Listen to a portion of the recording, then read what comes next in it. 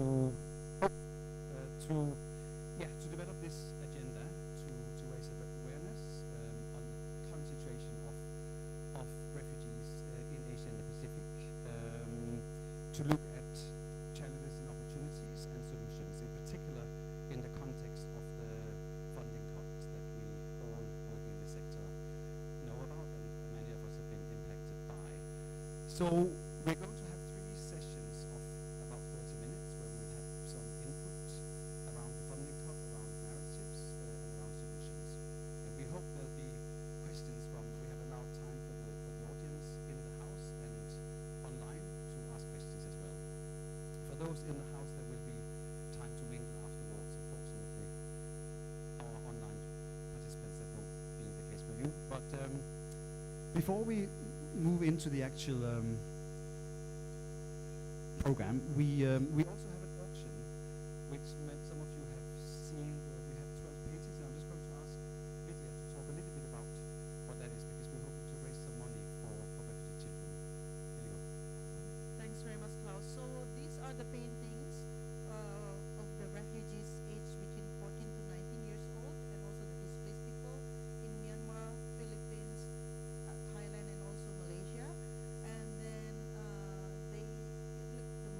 money will go straight to these children, because it's just like to give them a kind of hope in this very dim situation. So hopefully, you will be very generous. And by the way, painting number 1 has been sold. Great. And we're going to lock the door so you can't leave until all are sold. Great. I think we're going to start now, and we will start with a video. Our first speaker is based in Cox's Bazar in Bangladesh, and he has made a video to talk about how he is impacted of the current funding cut. And I think we should be able to play now. And this is Sia Sahat who will be speaking. Thank you.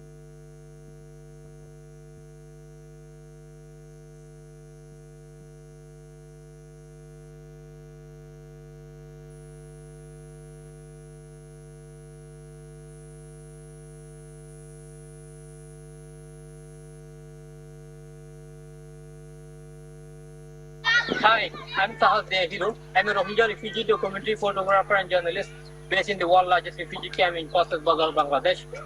Today I'm going to tell you our present reality, our life, our daily struggles, our challenges, and the hunger and the hardship that we Rohingya people are enduring in this overcrowded refugee camp in Cox's Bazar. Life in the camp is full of uncertainty, from finding enough food to eat to facing the risk of losing our very existence. We are surrounded by challenges. Our food ration have been reduced several times before, and making it harder to feed our families. Monsoon has just begun here. Just last week, due to the continuous rain, hundreds of shelters were affected by the landslide, flood, and the heavy rain, and affecting thousands of families. You can see the situation behind me. Like every year, the shelters were affected by the landslide and even claiming the lives of refugees. Now I am standing in front of a learning center which was supported by UNICEF. Last week, UNICEF announced that UNICEF is closing around 2,000 learning centers like this one due to the funding cut. So the education of more than 230,000 children are in risk and under threat. We live in a temporary community, and we are solely relying on the humanitarian aid with no access to livelihood. It is extremely difficult for us to find rest or peace of mind, as we are always worried about tomorrow. Without access to basic services and opportunity for higher education and livelihood, youth are fleeing the camps and embark on risky journey to foreign land in depression. Criminal activities in and around the camps are increasing, and the gender-based violence are rising, and the victims are left without support to psychological and mental health services. Even after everything, we have not lost our hope. We still hope for justice, freedom of movement, and a chance to rebuild our life with dignity. We hope to enjoy the right to education and access to a dignified standard of living.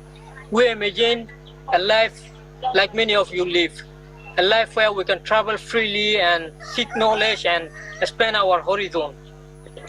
We long to return to our motherland as soon as possible, but not just to survive.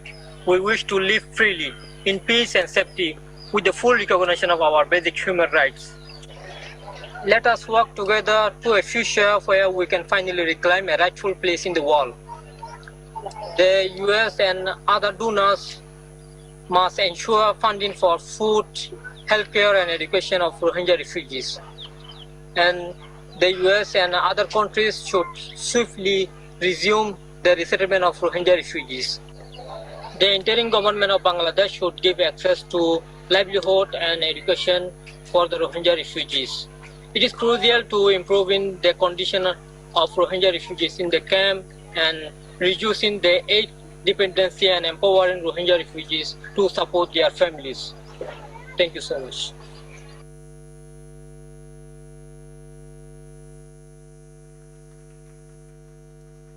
Thank you to Sia, and if the internet is working, he should be with us online, so if anyone has a question afterwards, we might be able to direct that to him. But now I would like to turn my attention to Kea, who should be with us from Sydney, if I'm not mistaken. Kea Sahat Chowdhury, who is the representative, the Asia representative of ICFA, who will talk to us a little bit about the impact of the US funding cut for ICFA's members in this region. There's been some analysis done and so forth, so to give us an overview of what has actually been the impact of that. So if you're with us, Kea, the word is yours.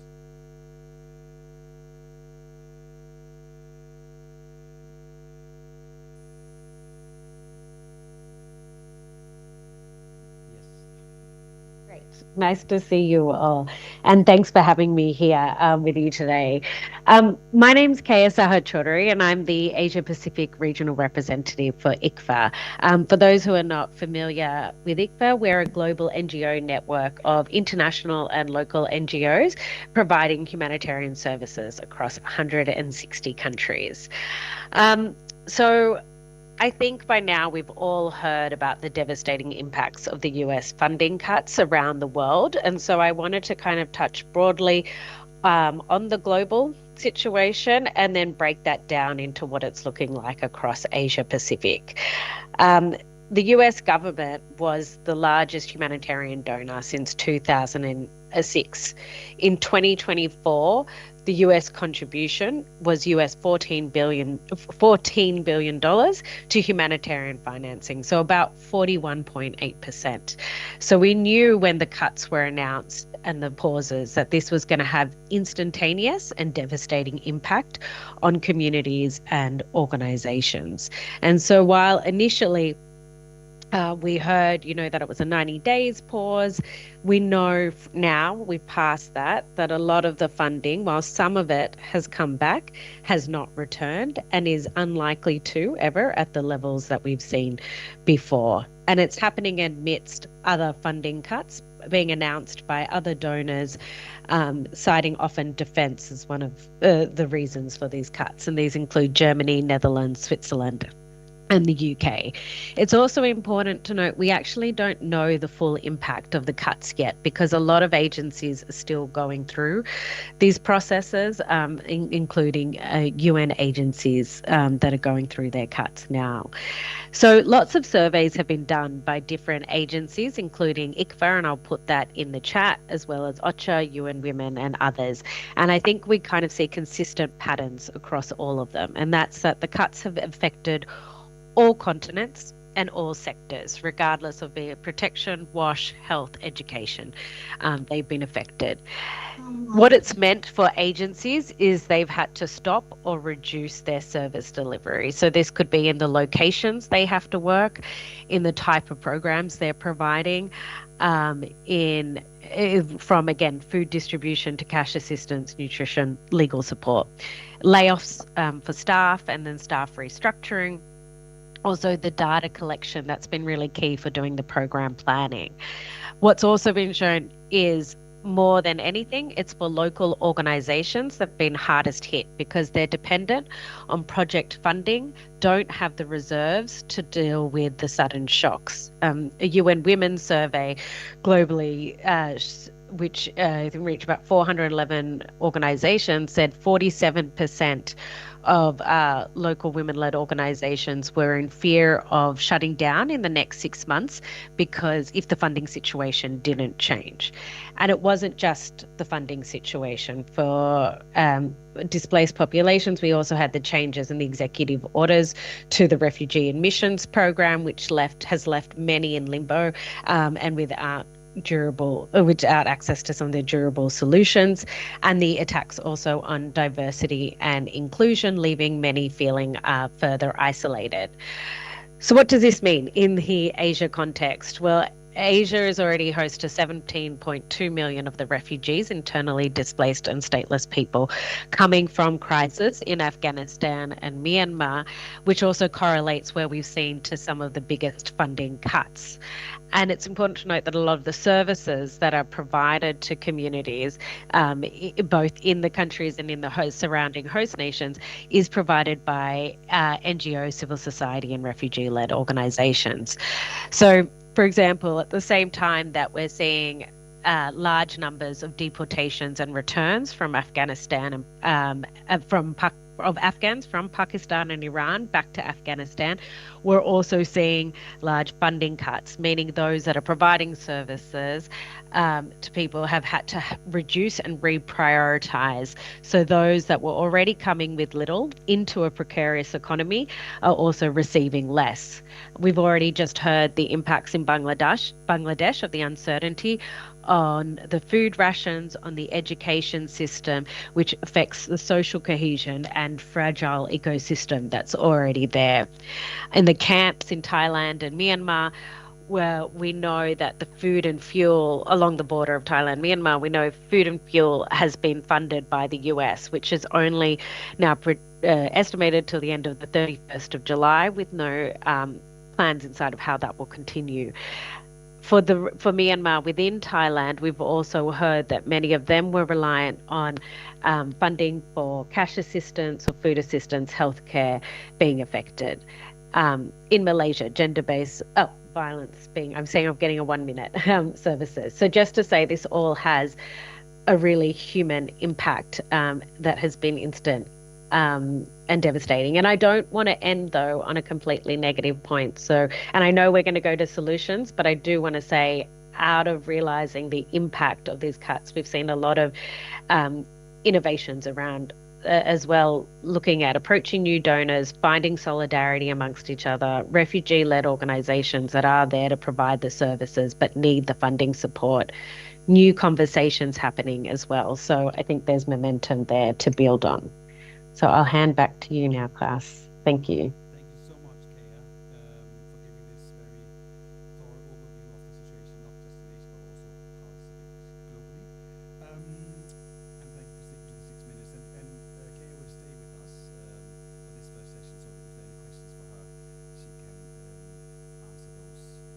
So from the regional perspective, we now go to Malaysia, to Sharuna Verghese, who is from the Health Equity Initiatives.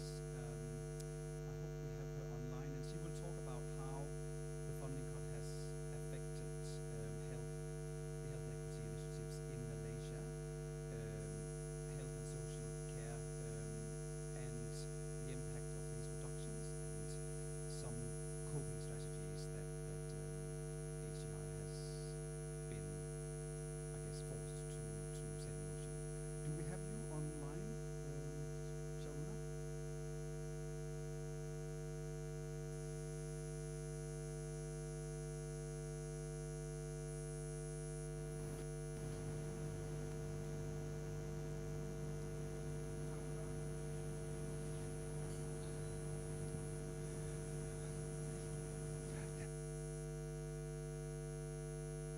If not, we can maybe go to a speaker in the room and then come back to you, Sharuna.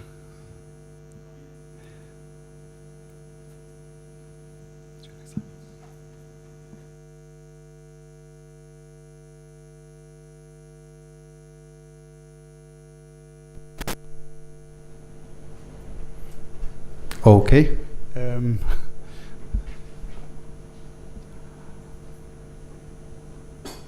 Right, I think while we wait for Sharuna to speak, I think we will go to Thailand instead, and then we can go back to Malaysia. So I would like to introduce you to Git, as I know her, Kunyunyaporn Jirasamataki from JRS, one of the co-organizers here. And Git will talk about the situation for urban refugees in Thailand. And you have 6 minutes, Git. Thank you. Thanks, Klaus. And thank everyone for having me here. So I'm Git, and I'm speaking on behalf of Jesuit Refugee Service, which operates in 57 countries across the globe.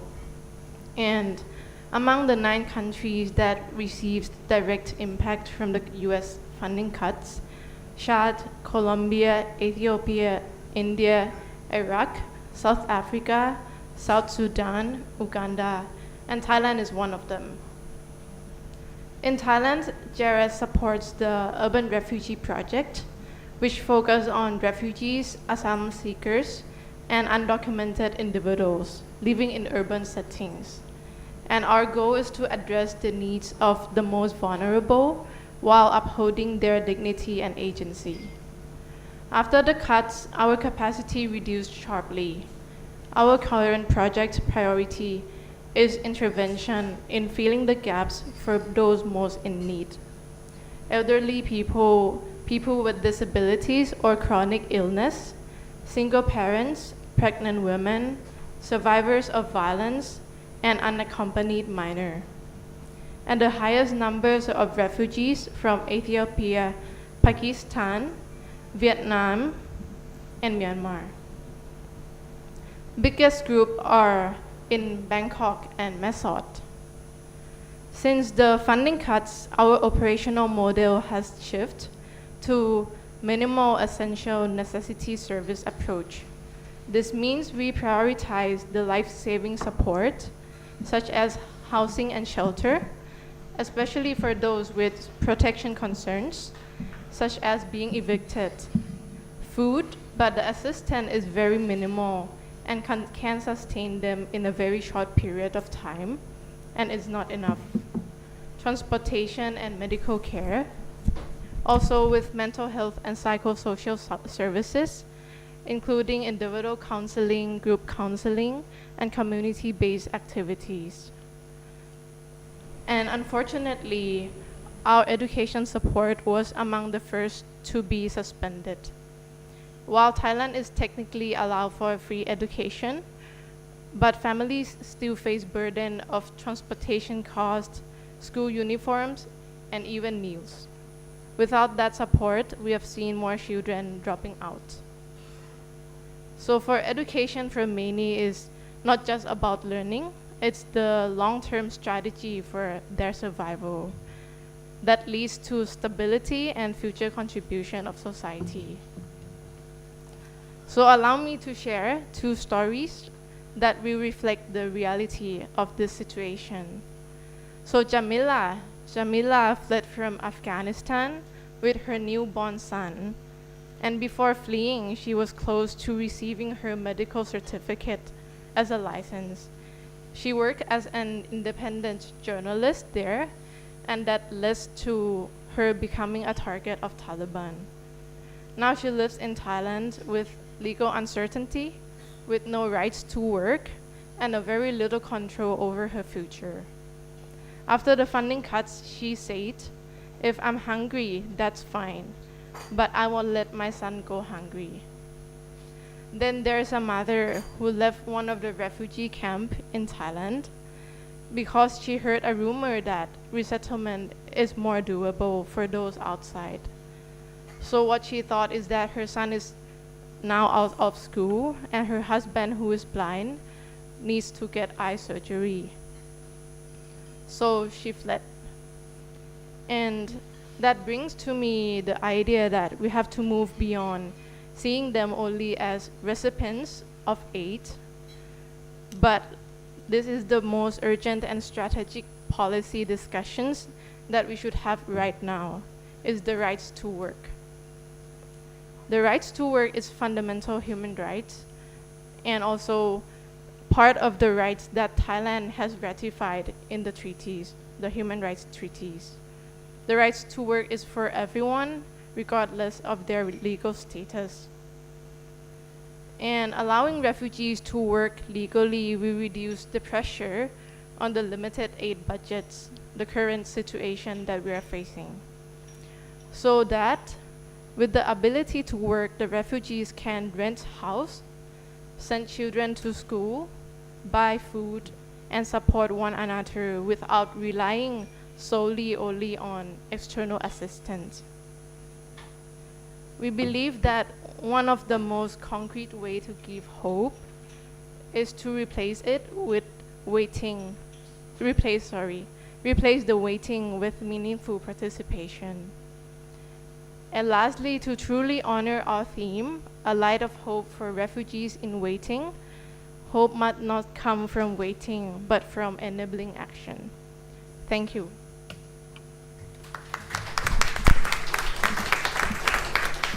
Thank you very much, Git. And without further ado, I would like to hope that we have Saruna on line now from Malaysia. Yeah, hi Klaus, sorry for the tech problems, but I can't seem to get the camera on, so if it's okay, I'll just proceed with the mic on and the presentation. Okay, but we can't see you, but we can hear you, and you have a PowerPoint presentation Which as well. Vidya or somebody that I had sent it to is supposed to project it from your end. Yes, and I think it's happening now, if I'm looking at Tam up there in the corner. Okay, good. Yes, we're here now. Right. We have the first slide. Over to you, Saruna. Thank you. Thank you, Klaus. Good afternoon, good evening, good morning, in whichever part of the world you are, colleagues. I'm going to share a little bit today about the impact of the funding cuts, not only on HEI, but also some of the other partners in Malaysia. Next slide, please. Next slide, please. So regarding Malaysia, even before the US funding cuts, we know that refugees faced long-standing structural exclusion. And the current funding cuts have not only affected NGOs, but they have also impacted other key protection actors. So for example, UNHCR has experienced a major cut, and it has had to let go of many committed staff, reorganize itself to meet its key priorities, to support the national asylum system, to provide protection through registration and documentation, identify solutions. And while it has retained some of its core functions like registration, their operational capacity with regard to resettlement and RSD has been halved. And IRC, which managed over 10,000 resettlement submissions annually, has closed its operations, bringing the submissions down to around 2,000 per annum. And it is within this context that the next slides on the impact of funding cuts on the NGO should be understood in terms of how then it narrows the access to durable solutions and to protection space. Next slide, please. So HEI is one of the main providers of integrated mental health care for refugees in the Klang Valley, including survivors of torture and GBV. And following the US funding cuts, we lost about 95% of our funding, which is around $600,000 per annum. And we were forced to shrink our staff size from 35 to just 13. And almost all of our part-time interpreters, many of our community health workers, patient managers, psychosocial support officers were all lost in this process. And today, the entire program runs with just one psychologist, one psychosocial support officer, and 4 patient managers, with each patient manager juggling an average of 28 complex cases alongside their routine tasks of counseling, referrals, and hospital escorts. As we can see on the slide, caseload have dropped from over 186 patients in early 2025 to 169 currently. And these are really the most acute cases which we have prioritized. And this is still 90% of the old caseload. But you can also see that the number of interventions has fallen sharply from 322 in 2024 to just 164 in 2025. So basically, we're just managing risk within a crisis care framework. We are no longer able to afford and offer comprehensive mental health support. And so this increases the risk of the deterioration of the mental health of our patients and their relapse, but also creating risk of long-term harm, both for our clients as well as for our overstretched staff. And the current 169 cases are managed through a combination of in-house care as well as referrals to public hospitals through a patient navigation model.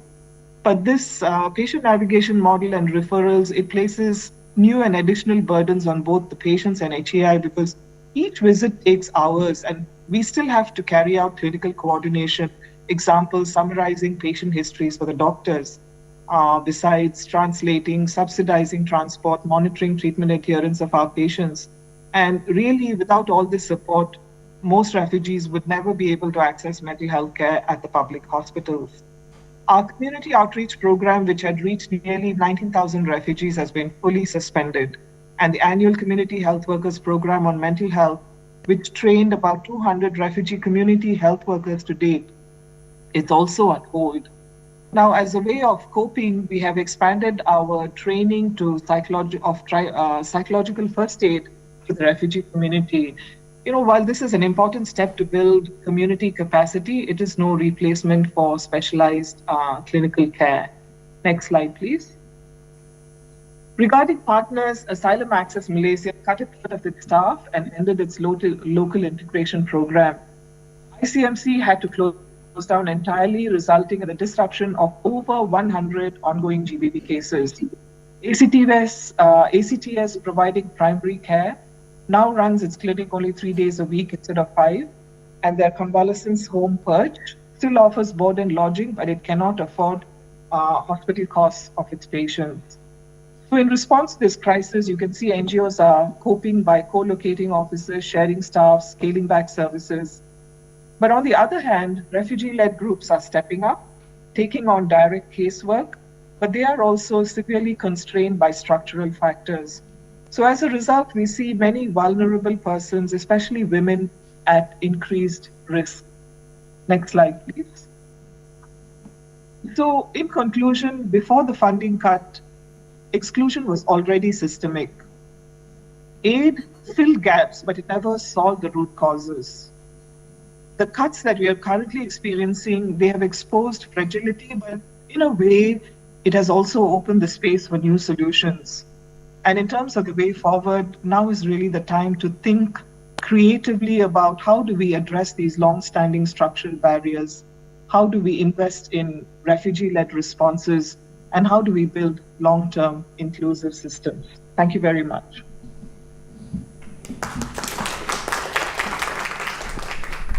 Thank you very much, Sharuna, and for your last words here. I think they're very pertinent. Thank you so much. We now have a little bit of time for questions to those who have spoken so far, online and offline, before we go to our next theme, which is around narratives. So I would just like to open up the floor if anyone would like to make a comment or have a question to some of the speakers here. And don't be shy. Yes. If you can just introduce yourself very briefly, please. I just wonder if anyone has addressed why are countries fearful, or why do they prevent people from working legally, when obviously it would help the economy and so on. I guess there are some legitimate reasons why the governments don't want people to work, to have employment. But if we can address those reasons in some kind of presentation or response to share with governments, it might help. And if we can present the argument, the developmental argument, that it's good for the country and good for refugees. Thank you very much. I'm just going to see if there's someone else who has a question. Yes, you can. Yeah, if you just present yourself and... Yeah. My name is Vijay. I'm from India. I work with the Chin community and the Rohingya community for a long time. So in the context of funding cuts, I think what I would like to add is that the political situation has become very hostile, especially for the Rohingya community. For the Chin, it is not much. There are funding cuts, yes, but the political situation has become, I think you must have followed the judgment of the Supreme Court of India with respect to deportation, you know. So it is not just with respect to the Rohingya community, especially in India, it's not just the funding cuts, but the political. Yes, I was working with the NGO, working with the Rohingya community. Our agreement with the government to get foreign funding was suspended. This was about 2 years back. Yeah. Thank you. No.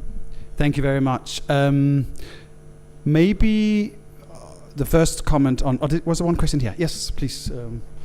I don't know if I can walk up here or we can meet halfway or something. Just introduce yourself, please. I'm Karnika Seniratna from ID and In-Depth News. What I'm wondering is all these presentations were about the funding cuts and what's happening, especially with the US, is what the Trump administration is trying to do is to manage the debts. They're in heavy debts. So this may be not a temporary thing. It could be a permanent thing, the funding cuts to overseas funding because of the US debts. So what about other countries in the region? Nobody talked about China, even Singapore and Korea, even Japan. They can come in and aren't they funding all these, lot of these schemes? If they haven't been funding, should they come in? And because those countries are not as in debt as the US government is at the moment.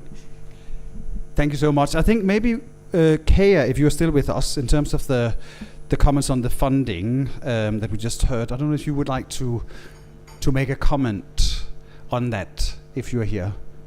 Yeah, thanks, Klaus. I think to say on that point, there has been that discussion, and I think lots of reflection on the dependence on the US, but the US was the single largest donor, and the contributions. It's very clear that no single donor entity is going to be able to step into that space. So it does require all of us to look collectively and, like I said, to the donors within the region, outside of the region, who have been providing assistance to see how we can contribute. But there's also got to be these discussions on how can the system also change as well, because I think, as you say, the money is not coming back to the extent it has been, and we've been seeing declining trends before the decisions of the Trump, and obviously reiterated by the current geopolitics and what we're hearing from donors. So it is about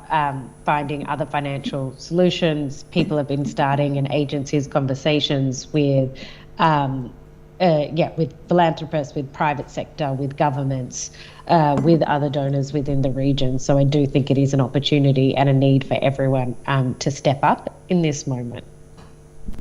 Thanks a lot, Kea. And I think on the other comment on right to work for refugees that was made by the gentleman here, this is something we'll address a bit later as well, but maybe, Git, you want to say a couple of words about it from JRS's perspective. Thank you. Yeah, thanks for your comments. And I don't have the answer of what the governments think in their concerns regarding enabling the rights to work for the refugees. But what I can say is that in this situation, that the concern is not just on the refugees themselves.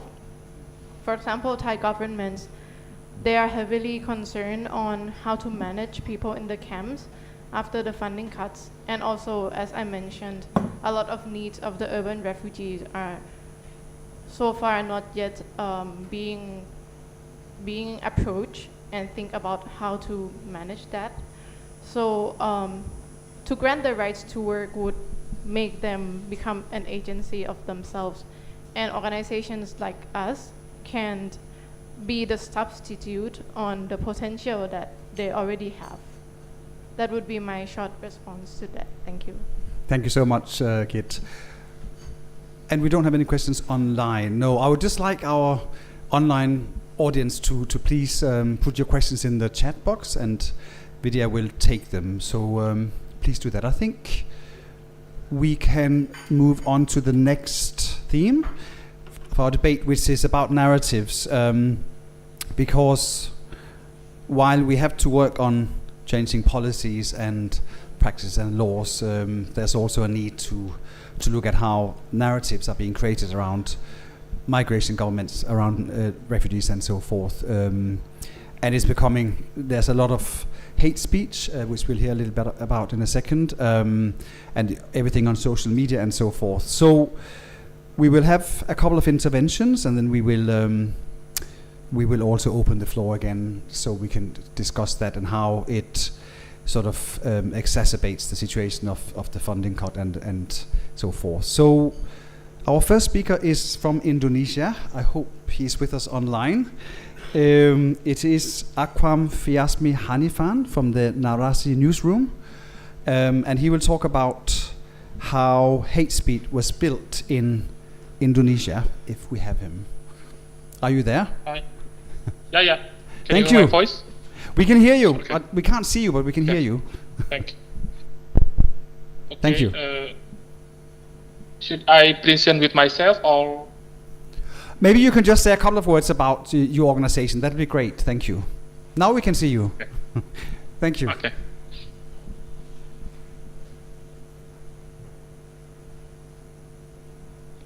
Can you share my presentation?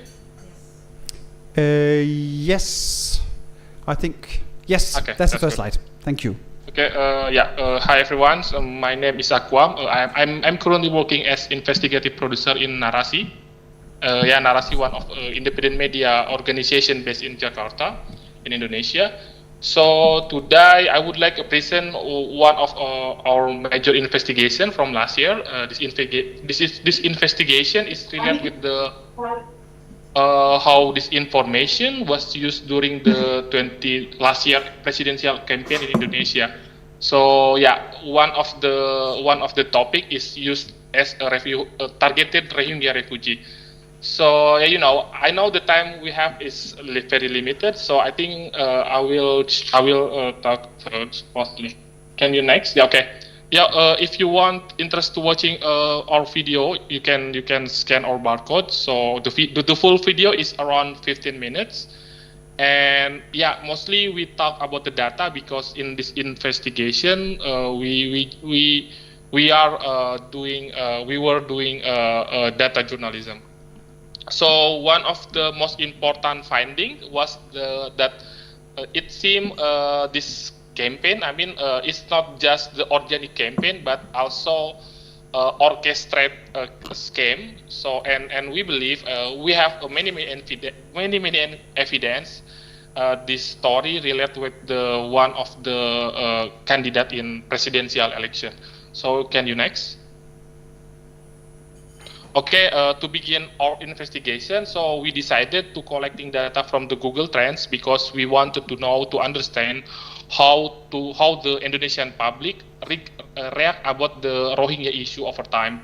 So we look at Google Trend and we want to know what kind of the perspective from the Indonesian audience.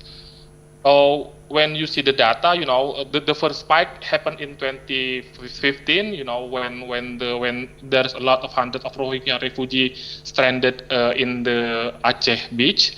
So it became a huge issue in Indonesia, and people interest with this story because it's very humanity story. So that's why we care about the Rohingya. Indonesian people care about the Rohingya. So the second spike is coming in 2017. Because this was during the genocide in Myanmar and when the military attacked the Rohingya community in Rakhine State. So during that time, Indonesians saw a lot of sympathy, and many people joined to solidarity action. And the last one is the end of the 2023. This is very unique because I think in during that year that's no big issue about the Rohingya, but we believe it related with the political incident. For the Indonesian elections. Can you next?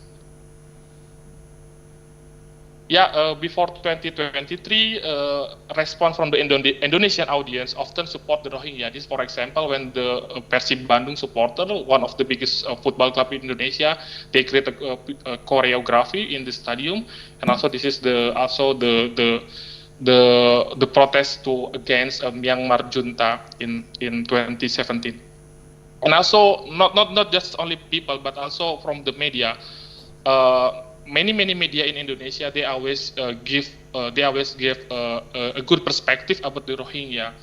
So but can you next? But everything changed in 2023. I mean, the end of the 2023 when this information happened. So maybe you can see this is the news when the 70 Rohingya killed in the Aceh water, Melabo water.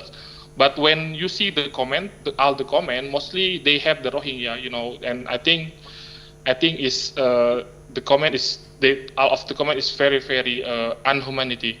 So not just by the people, but also from the media. Mostly media in Indonesia, they spread narrative against the Rohingya refugee. Many news outlets share hoax or false stories, but some of them didn't check the fact before the publishing, because one of the biggest trouble in Indonesia is mostly they don't have capability to doing fact check, because they usually doing a daily reporting, so maybe they don't have a human resources or capability to doing that.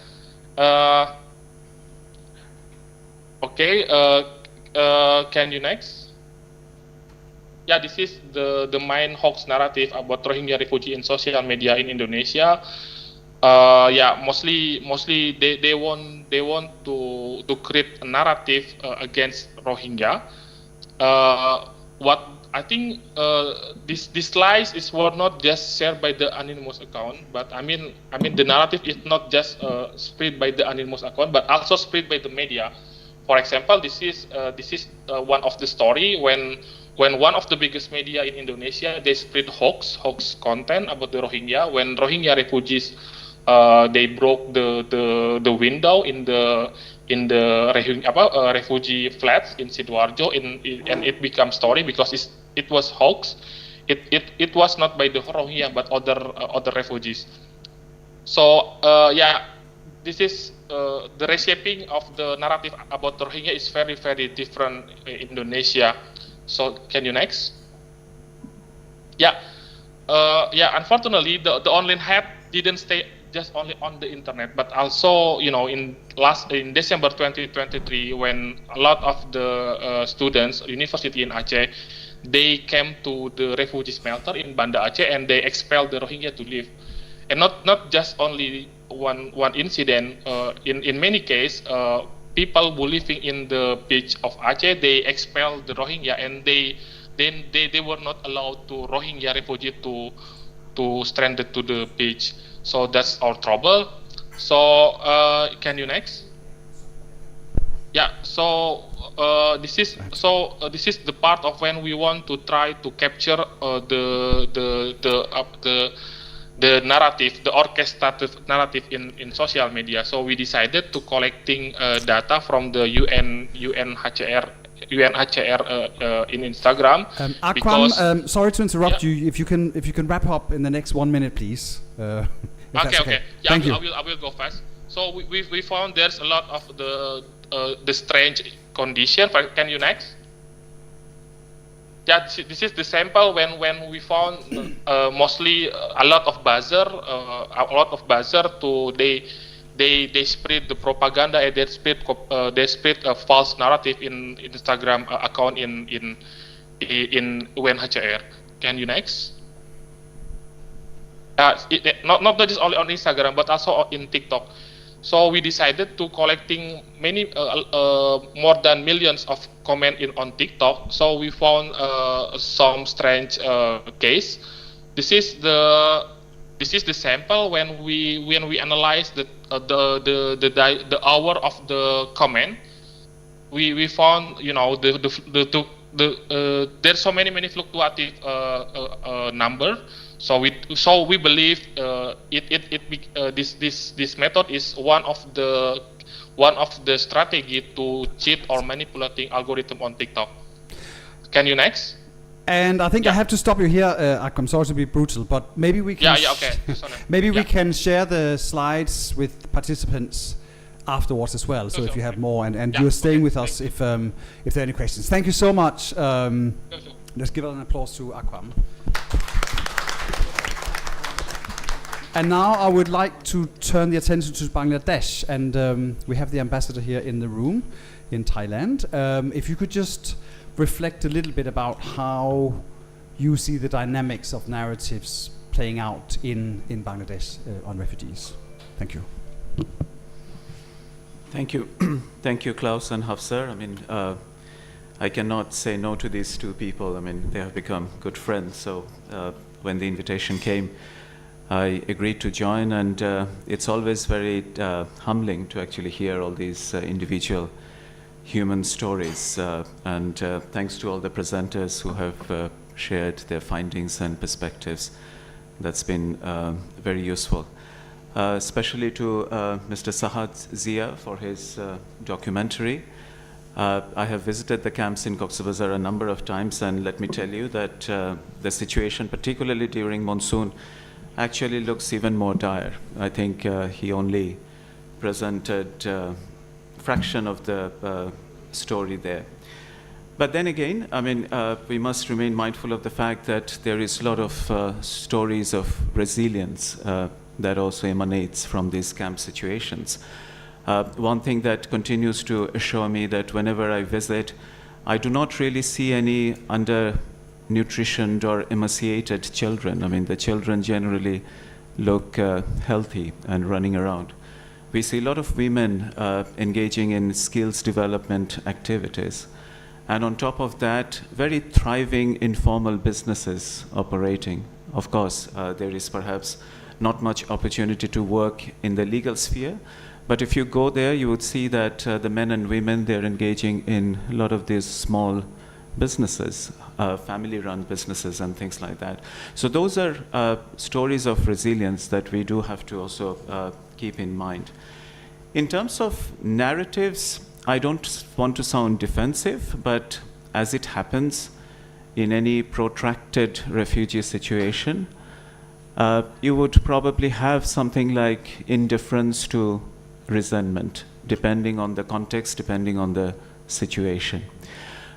We tend to generalize at times, as you have heard, that there had been perhaps one sporadic incident, but that had been used to generalize the entire community or a group.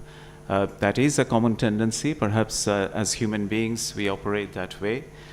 And it has also so happened with the Rohingyas in Bangladesh that whenever they were perhaps implicated in some criminal activities involving our own nationals, obviously the rhetoric kind of went up.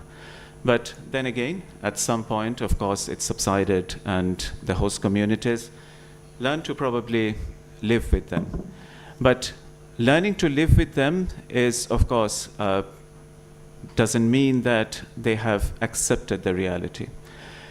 With regard to the Rohingya in particular, the two sub-districts in Cox's Bazar where they are based, Ukhi and Teknaf, they have largely outnumbered the local population.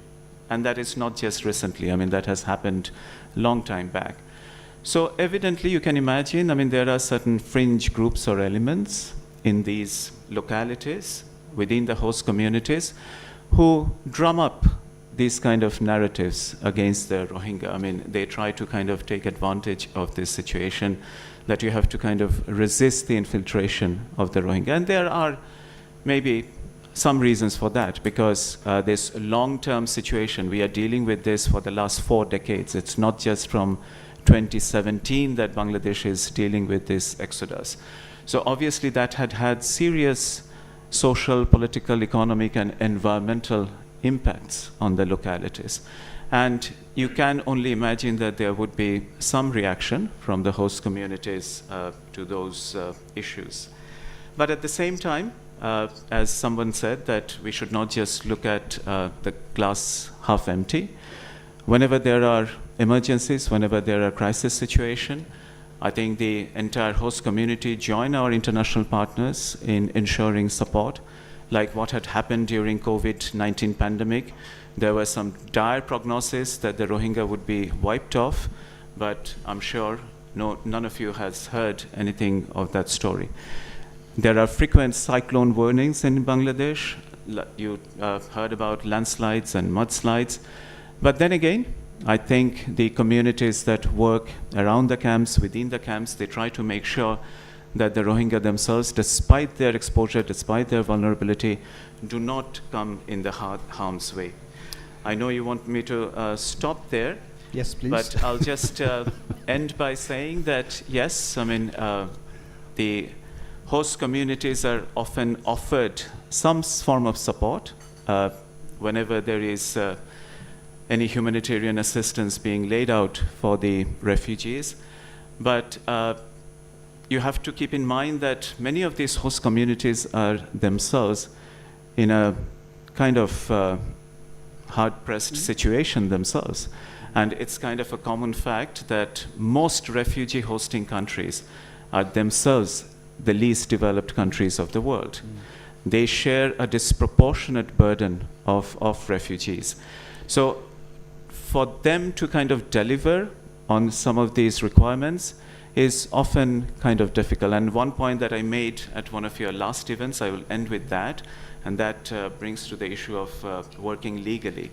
I mean, we have to find ways to absorb these people. As you have heard, there are students like 230,000 of them. How do we observe them in our economies? If you look at Bangladesh's economy, informal economy is 80% of our real economy.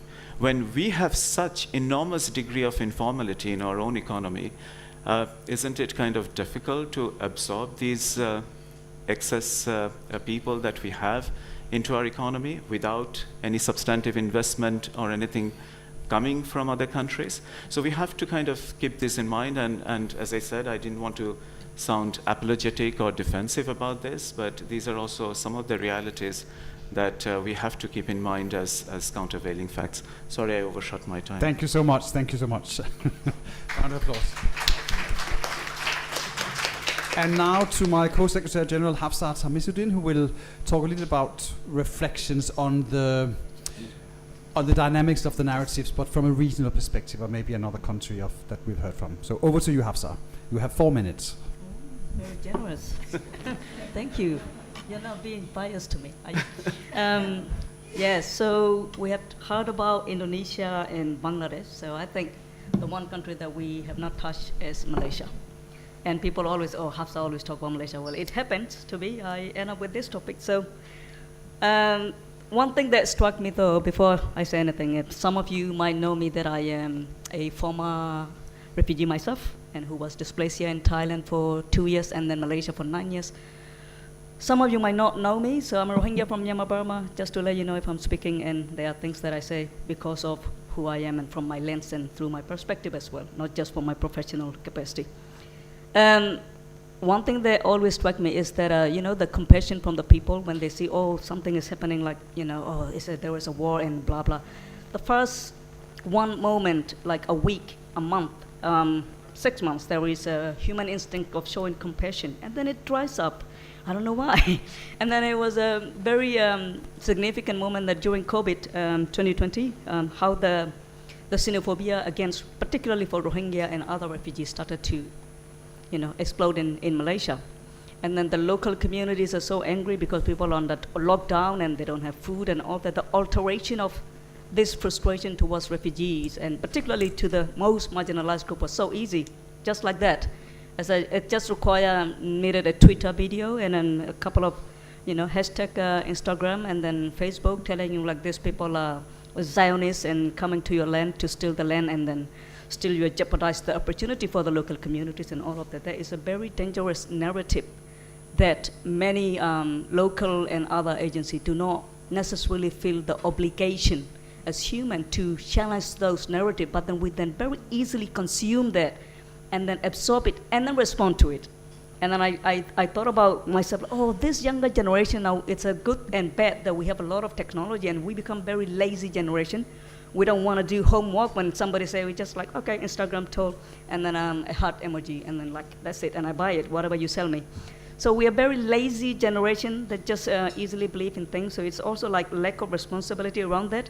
And I think the other contributing factor is this long, protracted operation of, particularly for Rohingya inside the country and then outside the country. It's like this ideology of securitization of refugees. Refugees are being seen as a risk to the national security threat. It's a very dangerous narrative that we need to change and challenge and really do the homework.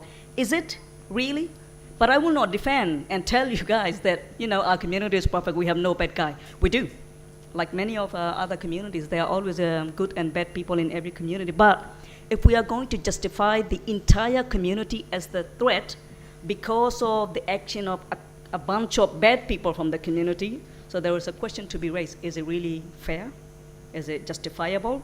And then that is one thing. And the other concept is that transitional repression maybe. These people have escaped, from the country and without dying and surviving, and then they are activists and advocates. All this narrative that the government share. And then there is a big elephant in the room that we don't want to talk about and we don't talk much, is the geopolitics. We don't want to touch about these particular groups of refugees and dismantling this narrative, hateful narrative and challenge, because we have economic interests, we have diplomatic relationship of all that.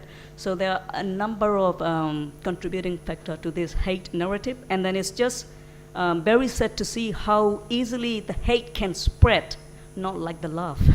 The love and compassion take a long time, right, to explore that and encourage people. But then I think we all have a responsibility and accountability to challenge those narratives and do our own homework, not to be the lazy folk and always love to use internet. And I'll stop here. Thank you very much. Thank you. So now we'll have another round of questions, if there are any from either online, but not yet. They say thank you. Okay, well thank you. But if please, just don't be shy. Send a photo, not a photo, a question and a photo if you like to Vidya, and she will take the question. But are there any questions from here? I can see one here. Yes. Yeah. Hi. My name's Phil Robertson. I'm the Director of Asia Human Rights and Labor Advocates. I understand we're talking about the cuts from USAID and others, but I was wondering if you could also talk about the issue of the effective destruction of the entire refugee resettlement program by the United States, because working with refugees sitting here in Thailand, particularly from countries like Vietnam or Cambodia, they're all trying to get to a third country, and they're facing increased transnational repression here in Bangkok. And what's happening now with the other countries that are taking refugees? What's happening to third country resettlement? And since people can't get out, what is that causing in terms of pressure on the programs that you're seeing? Thank you, Phil. Any other questions? Yes. So I just want to ask Akwam, because and also all of us, because it's so apparent that the hate speech is what you call motored by buzzers, influencers, bots or robots, and then we are still doing the awareness raising in a conservative way. So is there any way that we can encounter this? Thanks. Thank you, Vidya. Not to be too exclusive, but I would like someone else to ask a question if they want, because you already asked. If I can see anyone? No? Then I will not exclude you. I made a comment, now I want to ask the question. Yeah, my question is, I think the political situation for refugees in most countries in Asia and for some particular groups is not very enabling. There's a lot of fear, there's a lot of hatred, there's a lot of scapegoating. So my question to the organizations working at the regional level, is there a common framework for working on addressing these issues? Is there a collective framework? Will it be useful to have a collective framework for multiple countries to work on, to share strategies, to share lessons? That's my question. Thank you very much. just looking around the room again. And if you could just sort of talk about the narratives here, and we'll come back to solutions afterwards, and also resettlement, Phil, we'll come to that after. But I don't see any other questions. There was one from Widya to Akwam on online. Are you there, Akwam? Would you like to answer it, please? Yeah. Okay. Yeah, I think that's a good question, because one of the big problems we're facing today is when disinformation or hoax appear. So mostly media on journalists, they respond is just debunking fake or checking the claim and labeling it false or not, and stop and just not anymore. So I think we need to go further. For example, we need to investigate it, how the hoax spreads, who is behind it, or who's can benefit from that narrative. So only by tracing the network or the platform or influencer or political actor and maybe the financial interest, so we can expose the true architecture of the disinformation. So I think that's what our investigation try to do, and I think we have success with the Rohingya case in Indonesia. So I think because in propaganda war, truth alone is not enough. We need to show the people, we need to show the audience to show the real truth, what kind of the consuming they consume. Maybe the consuming has been manufactured or maybe orchestrated by someone. So I think when we can show the audience the system behind the lie, I think that will be one of the strategy to combating the disinformation or hoax. Yeah. Thank you very much. Thank you. I think we are not forgetting the two questions about resettlement and frameworks, but we'll come back to that in the last session, which is about solutions. But if there were any other questions about the narratives that we just spoke about, we can take that, but that may not be the case. So I would like to move to our third theme of this discussion, which is more about solutions to the very complex issues that we're dealing with. And we'll have some inputs from different speakers, but before that we want to play a video which we did with UNHCR and someone else, and I think there's someone in the room who was part of it, with Hafsa and Yasmin, who sort of debunk the myth and make humor out of all the the hate speech against Rohingya. So we'd like to play that now, and then we'll go into the debate. Thank you.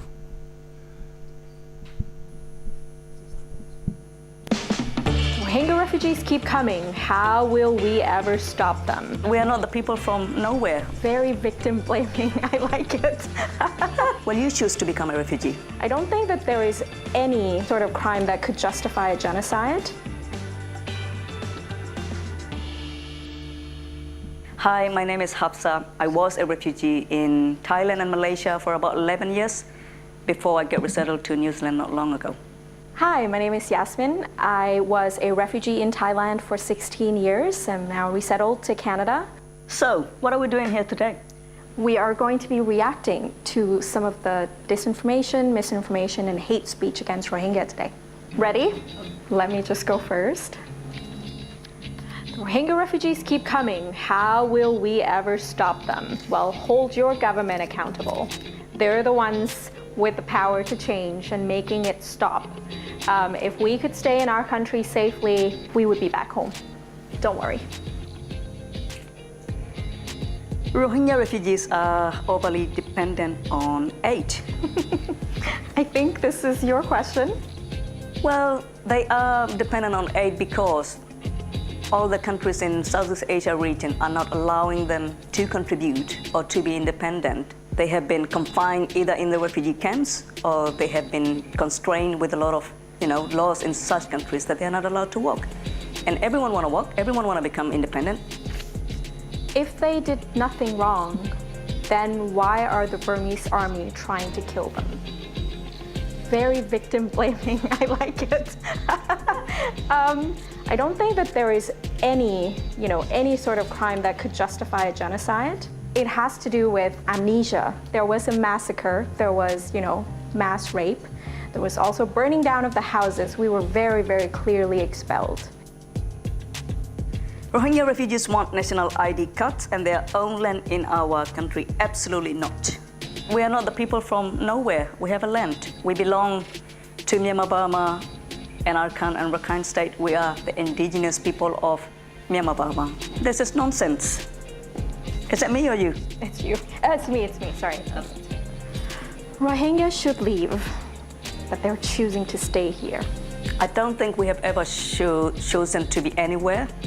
We have always been forced, compelled to. No one will in this world ever choose to become a refugee. My question to you is, will you choose to become a refugee? Will you choose to be out of your country and be the person who is not welcome and unwanted in every part of the world that you go?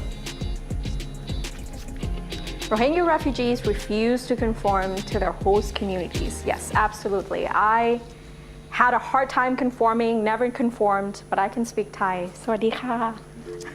And I can speak Malay. Saya boleh cakap Melayu.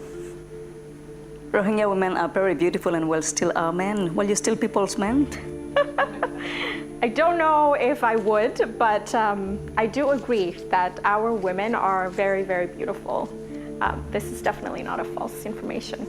But yes, I don't think that we like stealing anyone, man or woman. Their men must be very vulnerable then. The negative impact of misinformation, disinformation, and hate speech to our community, Rohingya community, is so massive. I just would like to encourage all of us to actually combat, whatever is feeding you the information. Do not consume it. Please challenge it. Social media platforms like Meta, TikTok, and YouTube are responsible and have a role to play in, at the very least, preventing further mass atrocity against Rohingya and many other groups. We're talking about the lives of innocent people who have done nothing wrong, simply for seeking for refuge and protection and running away from the atrocities. If we fail to do so, I'm afraid we all are going to be complicit in this.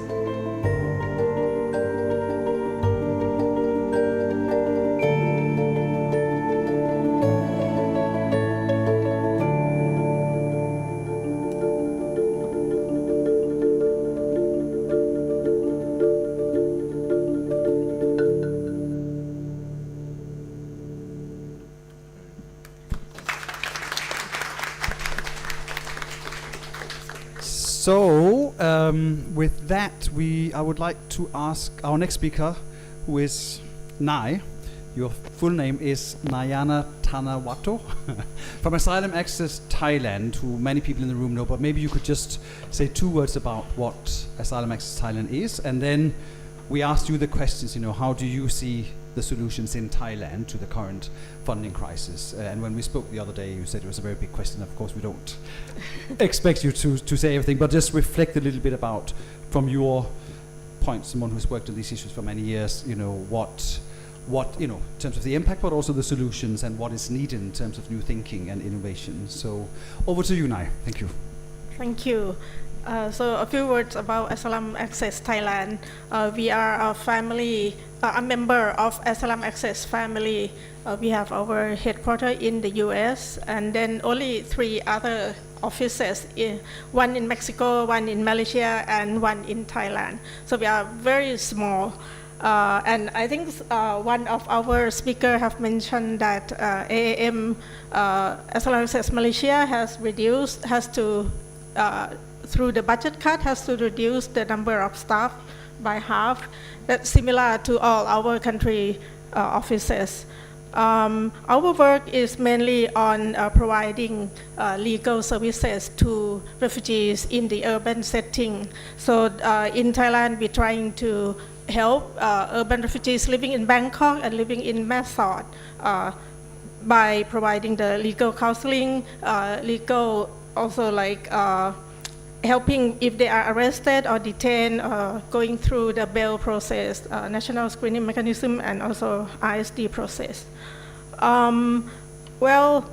Solution, I wouldn't dare say that I know what is the solution. I'm going to just share what we have been doing now, and maybe touch a little bit upon what Kun Phil has asked about the resettlement too, because when we know that we got this budget cut by half, or even more than half for Thailand office, what we have to think immediately is what is the services that would be the most needed for refugees who are living in Thailand now. When all of the organizations face the same thing, resettlement will be no longer there. It has been reduced anyway for so long, so it wouldn't be the solution. And now that the door has been closed for resettlement, we think that then legal protection would be the most important. It is our priority at the moment. So we are focusing on that, trying to strengthen our legal services team to be able to provide legal protection services to refugees who have been arrested and detained and need our support. So we're also looking into our internal resources. When it is very limited now, what do we do? We're trying to cut all the costs that we can do. We move all the activities to be either in the office or online, so we can reduce the cost and living in the limited resources that we are doing. But also we looking into working in collaboration with the other organizations. We're trying not to do repetitive things. So instead of each organization doing their own thing separately, which may be same kind of services, we talk more. And I have seen this happening since January. Refugee organization that providing services to refugees in Bangkok, we have been meeting a lot of time now, discussing about the budget cut and what we are doing, what we can do together. We also approach the government as well through some of our colleagues who have connection with the government to pass the message on, to share the information how difficult it is at the moment. And what we like to see is how Thai government can also work with us and take up some of the services that they can do. For example, I think service that the government can do easily would be education and health services, because they have hospital, they have schools, and it has been done as well in the past, where children can go to Thai school, even though it's still very little, very limited. Only some schools accepted refugee children, only some hospital accepted refugee clients to get medical services from them. How can we expand that? Government have the budget, government have the people. We would like to ask government for those actions to help us. And also, I think we have pointed that out. All of us have mentioned that right to work is very important. Everybody should work. If we have limited budget, limited resources, why don't we allow people to work so they can taking care of themselves, taking care of their family? Nobody wants to rely on aid, right? We wouldn't want to. Do you want to sit there and just wait for somebody to give you money every month or allow you to take your children to go to school? We wouldn't do that. It's not only making you feel bad, it's kind of reduce your dignity, reduce your human being. And I would like to see that change. So I think this crisis actually could become an opportunity to change that, to ask for more action for people to work together. Also, the donors or funders who are not from the US government, I would also ask that one of the solutions is that you can provide funding more to the local organization or refugee-led organization or refugee-led network, because people who are on the ground, they know what to do localized protection is very important. We know who to connect. We know the local authorities that we need to connect to get the work done. And with that, our goal to bring human rights to refugees can be successful. So please, any donor who are hearing us, fund the local, fund the refugee-led organizations. Lastly, I would like to see that, I think all of us have mentioned that too, refugees, they are people with capacity. They can do anything. We are the same. I work with my colleagues who have lived experience. There is nothing different. How can you tell who are refugees, who are not refugees, if you not put the label on them? We all are able to work. So let us work together, empower everybody. I think not only refugees need the empowerment, we need empowerment to understand that better, and then we can make the change for their situation and their lives. Thank you. Thank you. I think that was quite a lot of recommendations for solutions. Thank you so much. And we also touched on the issue of resettlement, and maybe we can sort of have those questions, the framework, resettlement, and donors within the region as we sort of have this discussion after conclusion. But now I'd like to turn back to Fayaz, the ambassador, to talk about a little bit about how you see from the perspective of your practical solutions and any measures in terms of Bangladesh to the impact of the funding cut. You have already mentioned the the host community and the refugee population, but if you could just elaborate a little bit more about that, that'd be great. Thank you. Thank you, Klaus.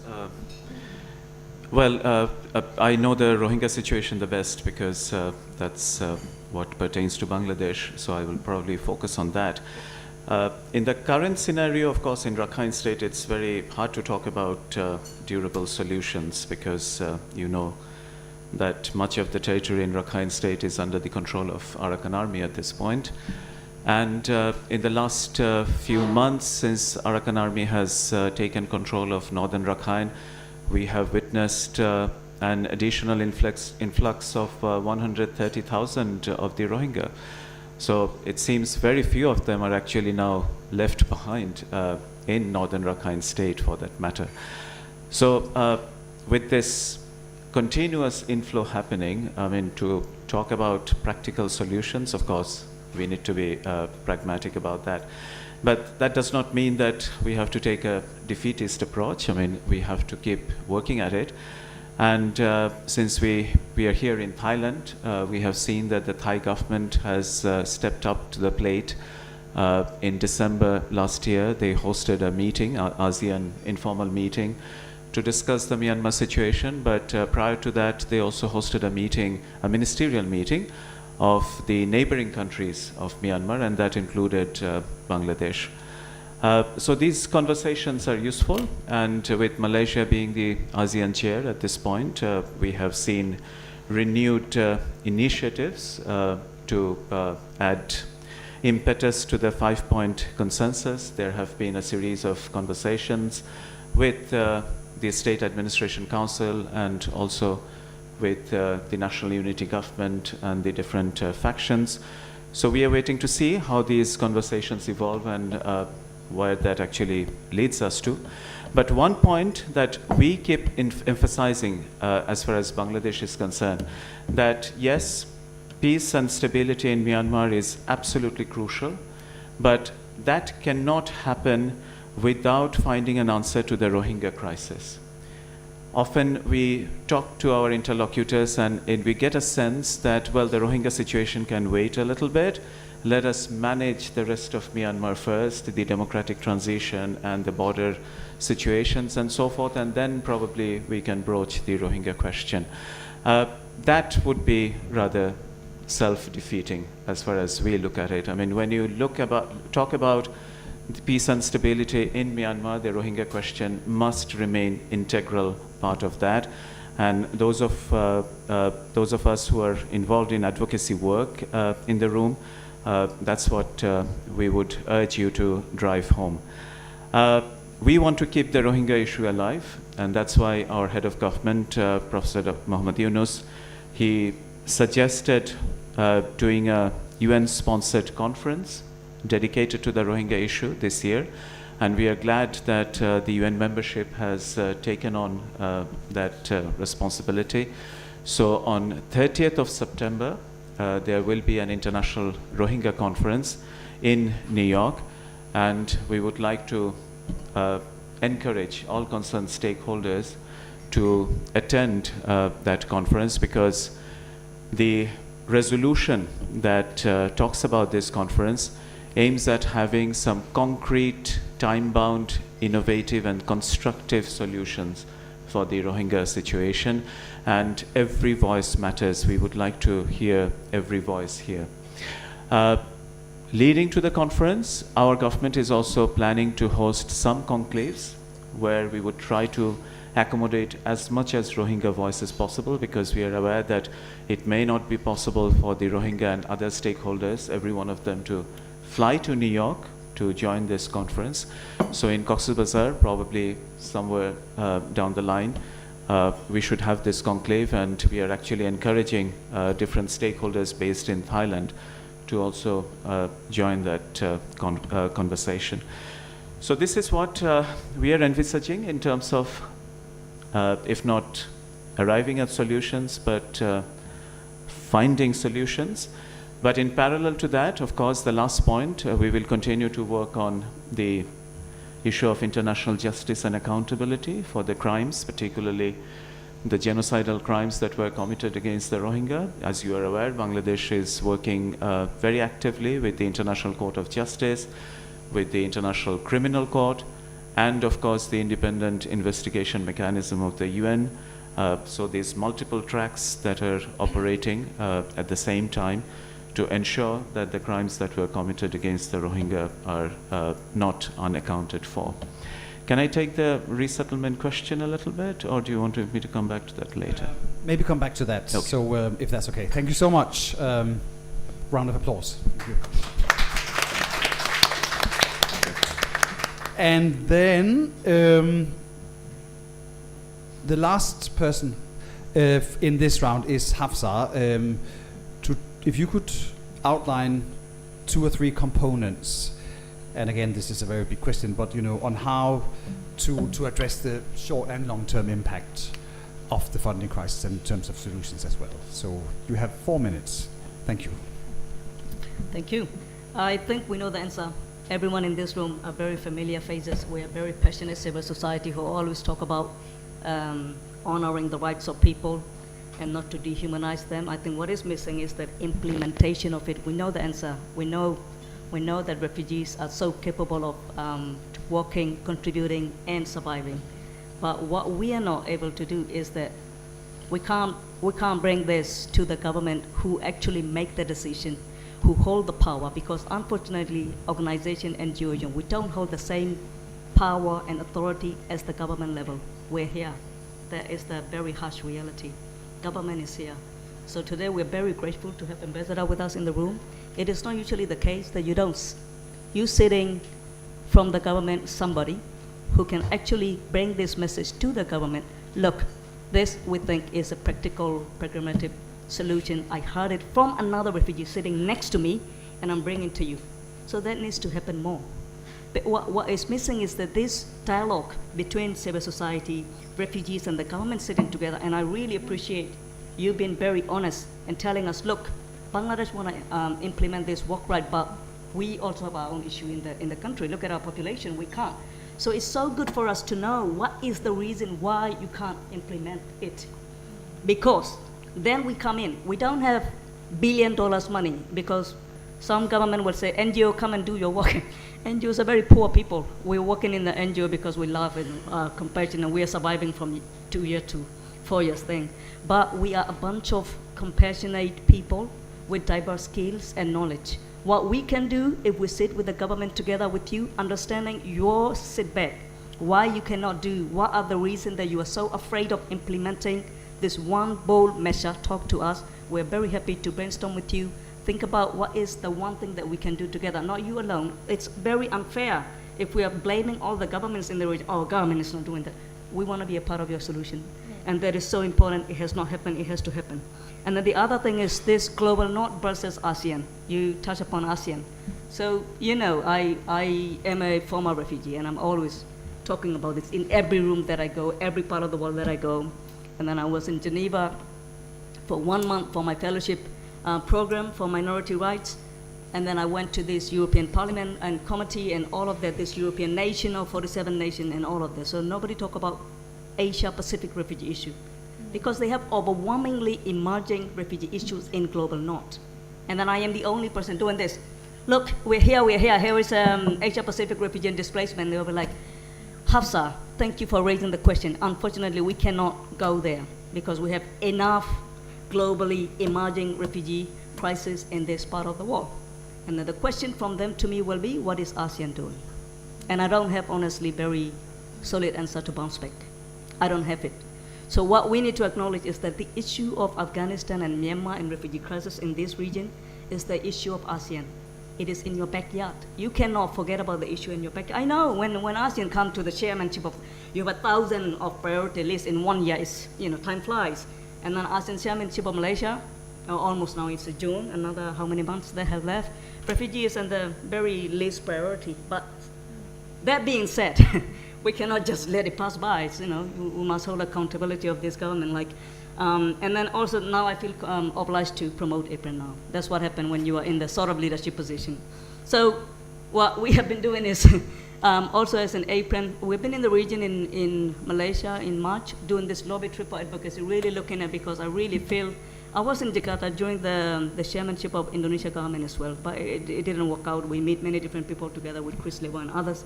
And then we did again this in Malaysia, just trying to plant the seed. I do not anticipate Malaysia government in 3 months' time, oh, resolve the issue of the wall, done, everybody's going home. But planting the seed of one practical measure. Will you allow the refugees to work? Everybody knows that, and Thai is looking at Indonesia is looking at Malaysia. Oh, Malaysia is not doing, why would I do that? And Bangladesh is not doing, why would I do that? Thailand is not doing, why would I do that? It is a very big elephant in the room. Everybody see that, nobody want to touch it. So what we need is, who is taking that bold move? Who is taking that risks or benefit things? And we are so worried about that, what can go wrong? So we are not talking about what can go right? So also the other thing that we must think about is that allowing refugees to work, it's not, you're not giving them a privilege, I'm sorry. You're not giving them special treatment to the refugees. You are just giving the very least honor that they deserve, and that is their rightful thing. It is not allowing refugees and keeping them in the camp setting, saving you and giving you food is like you're feeding the animals in the zoo. It's a very dehumanizing, right? So the right to work is a very basic, simple things that we can do, and we must really look at how collectively we can take this responsibility. I do not ask you to share the burden. We are not the burden. Do not share the burden. Take the responsibility. And we must remember that resettlement and repatriation is very interlinked to this integration. Because many refugees from Afghanistan and Myanmar and other parts of the world, refugees were born in the refugee camp.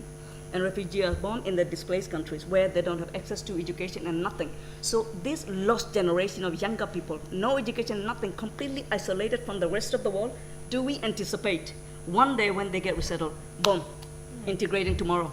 Do we anticipate and truly believe that when we send them back to Myanmar, boom, we're rebuilding our community? So we must be really remember is that this social integration and capacity building the communities from wherever they are is also linking to the repatriation and resettlement. And I'll stop it here. I can see that you are stopping me. Thank you very much, Hafsa. So now we open the floor, and Vidya tells me that there's still no questions, but just thank yous. And we thank you for the thank yous. But anyone in the room would like to address some of the issues on the solutions here, and we will also have you, if I ask, replying to the resettlement. I see someone, you've already spoken, so I won't take you this time, sorry. But I see someone up here. If you could just introduce yourself, please. Hi, my name is Marissa. I'm a student member of the club. I'm hearing work is crucial to getting help for individuals that are within these camps, refugee camps.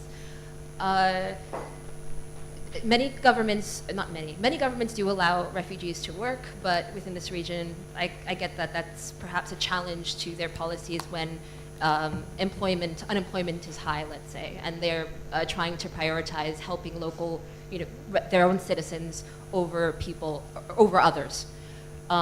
So that don't have an answer to getting or pushing outside of the continual pushing that's being done to get governments to allow the basic human right of working fine. What about governments are allowing foreigners to work in countries, digital nomads, for example, that as long as they're working outside the local economy, are there any opportunities that could be presented to refugees that can sort of create an isolated ecosystem in which they could reach out to the rest of the world, and it can even be taxed, given that like the digital nomads in Thailand, if you're under the DTV program, you have to pay taxes to Thailand. But you can make it an isolated and yet people, not exactly sure how I'm saying this correctly, but isolated sort of an economic system in a way that they can be taxed, and also the taxation can feed back into the system to support further educational and economic progress, I guess. Are there any programs like that? Because the digital nomad visas are meant to target people who are not necessarily very wealthy, especially in their own countries, but people who are capable of working independently of the local economic system. Can that be done in some way? Because this is about solutions, so I'm just brainstorming. Thank you. You had a question, Father Joe? You can come here if you want. I don't like that thing. Thanks to the speakers. Joe Hampson, Regional Director in Asia Pacific for JRS. My question is about success stories and positive coverage of refugees in general. And my question to all of you is, why does that not get traction? I think part of the answer has been referred to already. We're not addressing the right people when we think about lack of positive traction. I think all of it in this room, and presumably online as well, would accept humanitarian values and principles, and they'd use them as operative ethical systems for them to work in. But that might not be the case for other groups, and particularly power brokers, and particularly the kinds of people you mentioned, those people that make decisions. What is it that makes them change? It's not just about acceptance of humanitarian values, but maybe it's threat to their status quo, maybe it's some other, but I think that's the way in which we need to operate. It's unfortunate that we don't seem to discriminate the message too much. Recently I came across an argument it's by an economist working in Malaysia who posits all the advantages of allowing refugees to work. It's a win-win situation. It's a win for refugees, but it's also a win for government in terms of fiscus. It's a win for the local community. It's a win for integration, win for everybody. Why does that and other kinds of stories not get traction? And why even the media, respectable media, don't seem to carry that kind of weight and that kind of story? Thank you very much. Anyone else in the room? Oh, we have one online now. Great. Would you like to read up the question, please? Sorry, Jirapon, could you please? Oh, yes, please. Hello. Thank you, all speaker, for the wonderful talk about this. And my name is Jirapon from Department of Anthropology, Chulalongkorn University. So I have a question regard to what Fafa also mentioned, and also the ambassador. In light of the ongoing budget cuts affecting the international NGO working with the refugee, what are the implications when the refugee protection is no longer treated as a global concern, but increasingly relegated to the domestic responsibility. What does this shift signal about the future of international solidarity or shared responsibility? Yeah, that's my question. Thank you very much. Very happy that we had a question online as well. So I think so we have some issues around resettlement and the right to work and inclusion in the formal economy of refugees, and how to promote good practices a little bit more. So maybe we do the resettlement question first. You had a comment by us before. Thank you. Yeah, thank you. I'll try to respond briefly to some of the other issues as well, but just to build on what Hafsa was saying, I mean, it's not all just grim, Hafsa. I mean, let me assure you, I mean, absolutely. I mean, we have to take these small steps. You're absolutely right. We cannot dehumanize refugees. We have to restore their humanity. And that's why, for example, I mean, in many contexts, say, for example, in Cox's Bazar, in Turkey, in Jordan, refugees are actually given vouchers so that they can themselves purchase the commodities that they need. This is to replace that they go and collect rations, which was the traditional system, and which can be kind of a bit ignominious actually for them. But the vouchers, when you give them the vouchers and they can themselves purchase from the shops, that gives them some agency, some authority upon their own decisions. So these kind of good practices are there to kind of work on issues like these. Again, this is not a large-scale change, but these are important elements that we need to keep in mind. Don't lose hope on ASEAN, because ASEAN has some clout with Myanmar, and we need to kind of leverage that. And as I have mentioned, that the current ASEAN chair is making its efforts. ASEAN has this mechanism of this special envoy on Myanmar situation, which is a rotating post. But what I think the current ASEAN chair has done, that he has assigned two ASEAN leaders, Samdech Hun Sen from Cambodia and Khun Thaksin Shinawatra from Thailand, as his special advisors to look into the Myanmar situation. So it's not that ASEAN is not really trying to do things. And it was quite refreshing this morning when I heard from one particular leader in the region.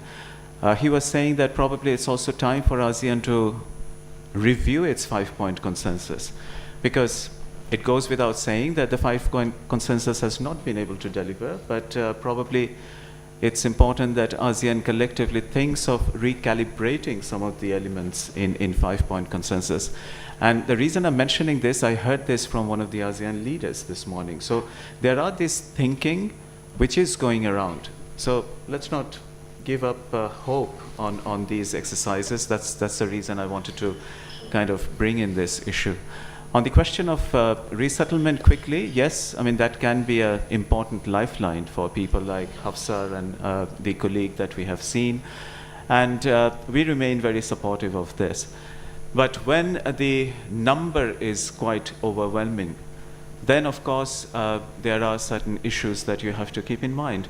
Again, in case of Bangladesh, I'm sure our UNHCR and other colleagues won't be happy to hear that, but we have seen that whenever there has been talk about resettlement towards the US or other countries, there has been additional exodus from the other side of the border, because the news kind of went around that try to cross the border, come over to Bangladesh, and probably you will be able to go over to the US and Canada or wherever they would like to go. But the fact is that the resettlement slots are very, very limited. It's only a very, very small fraction of the total number of refugees that we have. And the other thing that we have to keep in mind, that many often the resettlement process, they take away very competent, able people like Hafsa and others from the community, from the ground. And that's why, I mean, in case of the Rohingya, for example, they do lack a representative leadership voice that can actually speak for them. often it feels very helpless for Bangladesh that as if we have to speak for the Rohingya. But can you name one particular Rohingya leader who represents the voice of the people inside the camps or from the IDP camps inside Myanmar? So we have to keep that in mind, that resettlement often only focuses on the most competent and able people. But again, let's not lose hope, because the last point, yes, I mean, we hear about these Olympic athletes, heroes, I mean, who come from refugee backgrounds and very modest backgrounds, and those are really inspiring, ennobling stories.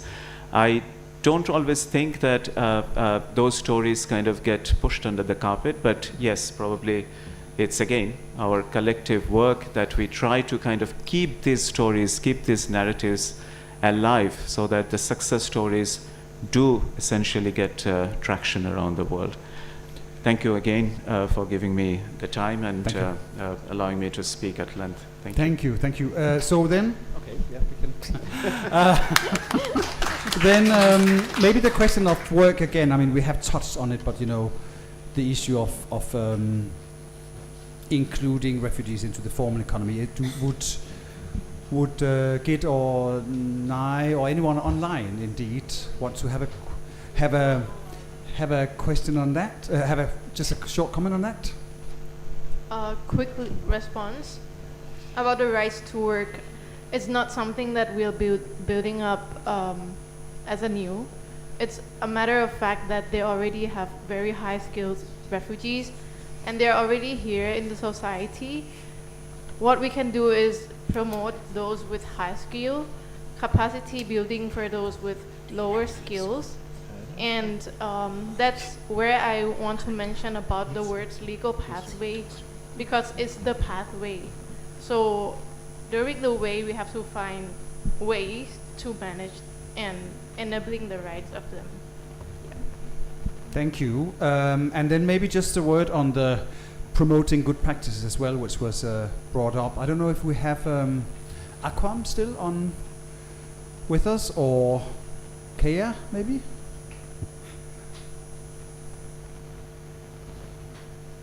No? Hi. Hi. Can you, oh, it's late. yes. Thank you, Kea. That's okay, I can come in. Maybe a general comment that addresses both the practice, but the other points as well. I think, like everyone has said in both the comments and the questions, is we do need to, I think, in some ways throw out the assumptions that we were holding and put all solutions on the table. We do need to see increase in resettlement, even if the geopolitical doesn't feel like that's becoming an option, and it won't be an option for many. But there's also complementary pathways, the right to work, the right to access services and have opportunities. All of this needs to be revisited, I think, in our assumptions now more than ever, in terms of how do we find solutions, how do we work together, how do we collaborate with governments, with UN, with private sector, all of this to find the way forward. And I think we need to keep pushing on these different avenues. And I agree, I had the same question yesterday as Joe about the why aren't good practices, or why isn't this positive narrative getting traction? And I think we also need to look at innovative ways and partnerships of how we can put these stories forward and understand what actually works and where these fears are coming from, and tackle them through videos that like Hafsa had done before. So not a specific answer, but just to say, I think all the solutions need to be on the table. And we need, and sorry, one thing I do want to say is we do have the Global Refugee Forum, and we do have to remember that there is commitments, and this year will be the high level officials meeting. And I think, again, these are avenues that we have to use where countries and organisations have made commitments to responsibility sharing, and we have to lean into these more than ever, and also look at how can we promote this responsibility sharing and take these opportunities. So I'll leave it there. Thanks a lot, Kea, and still being with us from Sydney. That's great. I think we have to wrap up very soon. Just if any of the panelists would like to had a very, very short comment, I would open the floor for that. 1 minute, Nai, please. 1 minute. If I may also touch upon the right to work, I think one of the challenges is on the law as well, because we need to address the law in order for refugees to be able to work, especially in Thailand, because all refugees are undocumented. So by law, they cannot work. So I think if we agree that this should be done, let's work on the law here. And thank you for give us this opportunity to talk. Thanks, Nai. Hafsa, 1 minute. Only 1 minute. Now 60 minutes begin. So, yeah, I'm not here to name and blame anyone, just to be very clear, but I am the critical friend, because the critical friends are really needed to actually make the changes. So please consider me as your critical friends, and thank you for giving us, Ambassador, the update on the ASEAN's role. But I'm always concerned about, as we are too busy celebrating the milestone that we have come ahead, and we will forget how far we still have to go. So that is a gentle reminder, and also the fact that you have mentioned the resettlement number is very small, and then the people are flushing in. That it's because there was the root cause, the war, intensifying war. People are dying, and every day. So if the root cause is being addressed, of course, people will never flush to the refugee camps with landslide and fire. So that also speaks the urgency of addressing the root cause, and then the solution here outside of the country. And then to your question, to the not covering the success story. I don't know why. You now Google it, Rohingya or Afghanistan, you will see people crying on the boat or swimming or all that. You will rarely see the story like the American senator from the Democratic Party, Omar, I forgot her name now, from Somali, and a senator. Nobody talk about it as in even now I've become an SG. People just call me Al-Hanam. Yes, people now call me like SG from APRRN. Nobody say a former Rohingya refugee who is now the you know, and an engineer, pilot, doctor in many different countries. We don't talk about it. So we have our collective responsibility to talk about it.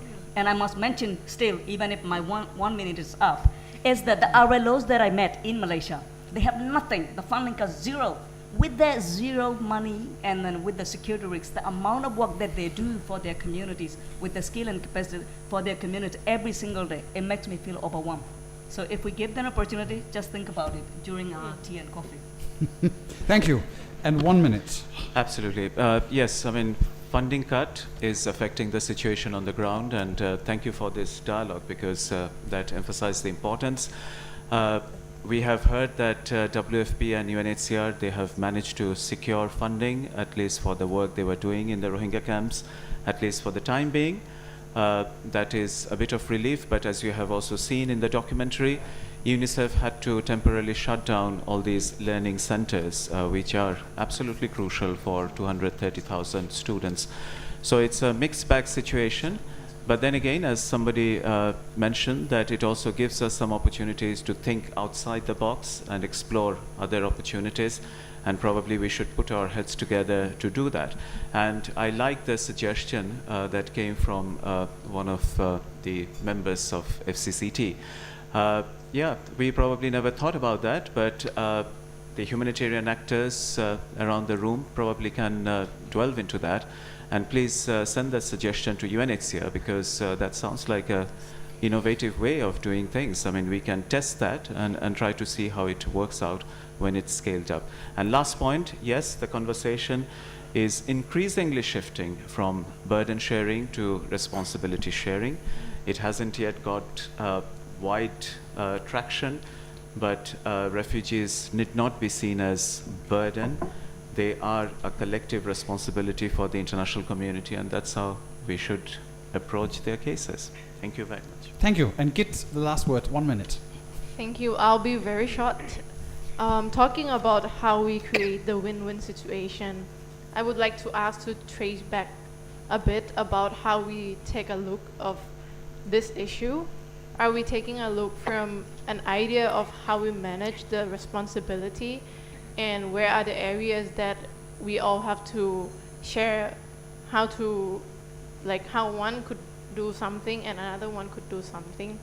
So I don't have a clear answer about how to create this win-win solutions, but I think already we have to think about that shift from ideas of sharing responsibility, and with that, with different stakeholders, with enough will of everyone, then we can find the pathway towards that answer.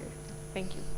Thank you very much, Git. I think we should give a round of applause to our panelists here and online. We're just approaching 5 o'clock, and To our online audience, I think this is probably the conclusion now, but for those in the room, there is still some food up here, and we hope that we can mingle a little bit and talk more. I hope some of the panelists will stay as well. But before that, we also have an auction. We have these 12 beautiful paintings over there that's been painted by refugee children, and Vidya will just say a couple of words about that again, and because we would like them all to be sold before we leave here, and there's a starting price of 2,000 baht, and one painting has already been sold. But if you wouldn't mind just having a look, if there's something you like, come to Vidya. But you can say a couple of more words about this. Thank you. So those paintings done by the refugees and also displaced people in Malaysia, Thailand, Myanmar, and in Philippines.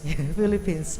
Sorry. And these actually we did just did painting competition, and then those are the top 3 from each country for youth, young people, young refugees aged between 14 years old to 19 years old, and this is just starting, and then the theme is about my dream life. So you can see one wants to become like Miss Universe, or like the Queen, and then Miss Crown, and then one is only wanting to become a baker, and the other one just wants to have a flower shop.